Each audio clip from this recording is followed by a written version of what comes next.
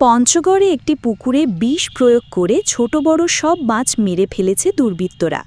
এতে প্রায় ৮ লাখ টাকার ক্ষতি হয়েছে বলে দাবি করেছেন মৎস্যচাষী গোলাম মোস্তাফা। পঞ্চগড় থেকে আব্দুর রহিমের প্রতিবেদনে দেখুন বিস্তারিত। রোববার ৭ সেপ্টেম্বর ভোরে পঞ্চগড় জেলার বোদা উপজেলার বেংহারি ইউনিয়নের গড়েরডাঙ্গা পাম্পের পাড়া এলাকায় ঘটনাটি ঘটে।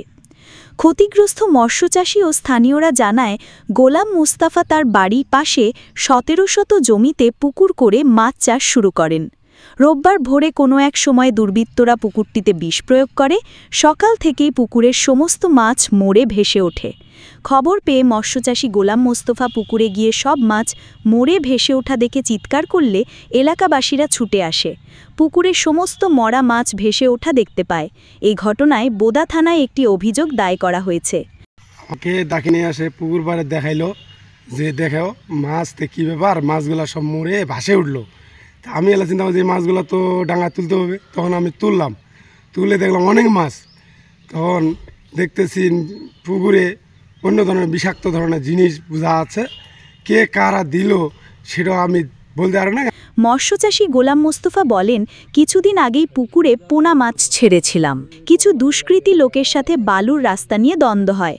আমার পুকুরের পাশ দিয়ে রাস্তা করে, সরকারি পাকা রাস্তা বাদ দিয়ে তারা জমির সাইড দিয়ে রাস্তা করে এবং আমাদের পরিবারের কোনো বালুর ট্রাক ঢুকতে দেবে না। এই বিরোধ ধরে প্রতিহিংসামূলক পুকুরে বিষ দিয়ে সব মাছ মেরে ফেলেছে। এতে আমার প্রায় ৮ লাখ টাকার ক্ষতি হয়েছে। প্রশাসনকে জানিয়েছি এবং সুষ্ঠু বিচারের দাবি জানাই।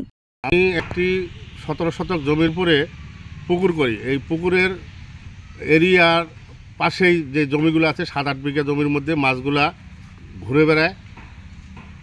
পানি শুকায় গেলে মাছগুলো সব আবার পুকুরে